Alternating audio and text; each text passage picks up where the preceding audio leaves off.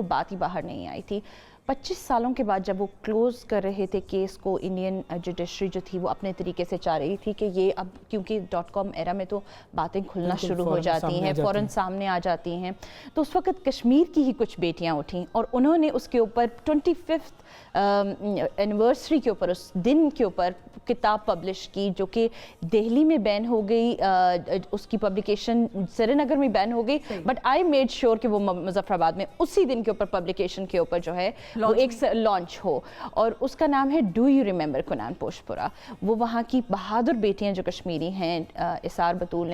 نتاشا راتر اور ان کی ساتھی، انہوں نے وہ کتاب باقاعدہ اس کو پبلش کیا، اس کو بتایا کہ بھئی یہ ماس ریپس جو ہیں ایک رات میں کسی بھی جگہ دنیا میں اتنے ماس ریپس نہیں، ایک جس میں 13 سال سے 80 سال کی خاتون تک کو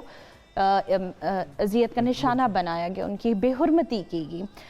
پھر اس کے علاوہ آپ دیکھیں اگر پروین آہنگر جیسی ایک آئرن لیڈی، وہ ایک ایسی خاتون ہیں جن کو نوبل پرائز کے بعد ایک بہت پریسٹیجیس ایوارڈ ہے، ریپٹو ایوارڈز جس کو ہم کہتے ہیں،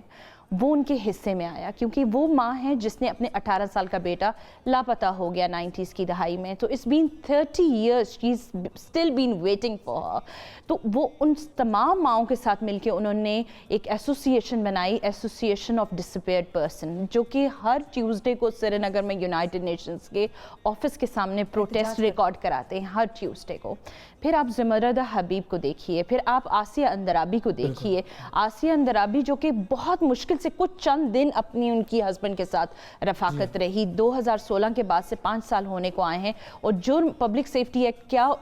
کس کے انڈر بک کیا گیا؟ صرف کہ انہوں نے پاکستان کا جھنڈا لہرایا آزادی کے 14 اگست 2016 کو، اور اس سے پہلے سے آج 30 سال ہونے جا رہے ہیں. ان کے ہسبینڈ بھی بغیر کسی وجہ کے پبلک سیفٹی ایکٹ کے انڈر بک کر کے ان کو بھی ڈیتھ سیل میں رکھا ہوا ہے. تو آپ دیکھیے کشمیر کی جو بیٹیاں ہیں وہ کتابیں لکھتی ہیں، وہ نظمیں لکھتی ہیں، وہ میوزک بجاتی ہیں، وہ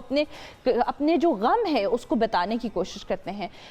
8000 کے قریب ہماری ہاف ویڈوز ہاف وائفز ہیں. ہاف ویڈوز اور ہاف وائفز کی وہ ٹرم ہے جس سے دنیا ناآشنا تھی، پر وہ ٹرم 90s کے اندر جن کو اٹھا لیا گیا، they don't know about their destiny، کہ وہ اور وہ افسوس کی بات یہ ہے کہ وہ سرحد کے اس پار بھی ہیں، سرحد کے اس پار بھی ہیں، کیونکہ یہی ہندوستانی فوج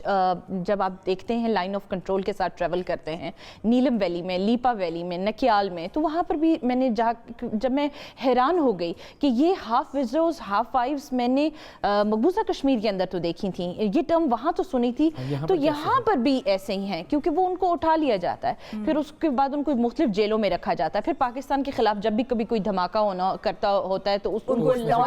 استعمال کر لیتے ہیں. تو یہ وہ تمام ہندوستانی چالیں ہیں اور یہ وہ تمام وہ چیز ہیں، حربیں ہیں جو وہ استعمال کریں. اگر آپ کو یاد ہو 17 اپریل 2017 کو انٹرنیشنل میڈیا جاگ پڑا تھا جب ہندوستان نے فورسز استعمال کرنے کی مقبوضہ کشمیر میں کوشش کی، اور اس وقت سری نگر کی بیٹیاں باہر نکل آئیں، وہ چھوٹی چھوٹی بچیاں اسکول اور کالجز کی یونیفارم میں جب اپنے بھائیوں کو پروٹیکٹ کرنے کے لیے نکلی ہیں، تو اس دن انٹرنیشنل میڈیا بھی جاگ اٹھا، انٹرنیشنل نیوز پیپرز میں ان کی تصویریں آئیں. پھر اس کے بعد ہندوستان نے وہی چال چلتے ہوئے بہت ساری بچیوں کو اذیت کا نشان، ان کی عصمت دری کرنے کی کوشش کی، دے چاپ دیئر ہیئر جی آف. تو وہ یہ ساری چیزیں تھی جو کہ ٹراماٹائز کرنے کے لیے کافی ہیں. آج بھی اگر آپ مقبوضہ کشمیر میں دیکھیں، اگر ہم مینٹل ہیلتھ کی بات کرتے ہیں تو 800,000 people are suffering from post stress traumatic disorder اور there is no discrimination. چلیں رہنے دیں، اس وقت تو ہم کووڈ کی ایک صورتحال میں ہیں جب اس کا بنیادی علاج نہیں ملا، کوئی کسی قسم کا کوئی سروسز نہیں مل سکی، لاک ڈاؤن ہوا ہے 18 ماہ سے ایک پورا خطہ ایک زمین کا بند ہے. بالکل بالکل. تو پھر آگے کیا پیچھے رہ جاتا ہے؟ Post traumatic stress dis order تو یہ بات کی بات ہے جہاں پہ کووڈ مطلب زندگی موت کی بات ہے تو وہ بھی نہیں مل رہا. اور آپ دیکھیے وہ 2016 سے اگر ہمیں یاد ہو 2008 کی امرناتھ شرائن کا جو انسیڈنٹ تھا، اس کے بعد 100 کے قریب جو تھے وہ کشمیری نوجوان جو تھے وہ مارے گئے اسی یہ بار بار تواتر سے یہ سلسلہ چل تو رہا ہے. فائنلی میں صرف آپ سے یہ آخری میں مختصر ایک کامنٹ لینا چاہوں گا اس پر کہ ان خواتین کی آواز، جیسے آپ نے کہا ہر منگل کو وہ یونائٹڈ نیشنز کے باہر احتجاج بھی کر رہی ہیں، ساری دنیا دیکھ بھی رہی ہے، میڈیا بھی جاگتا ہے، لیکن وہ آواز کہاں تک پہنچ رہی ہے؟ کیا اس آواز کا کوئی فائدہ ہو رہا ہے اور کیسے ہوگا؟ جی بالکل، میں تو اس چیز کو سمجھتی ہوں، ہندوستان ایک بہت بڑی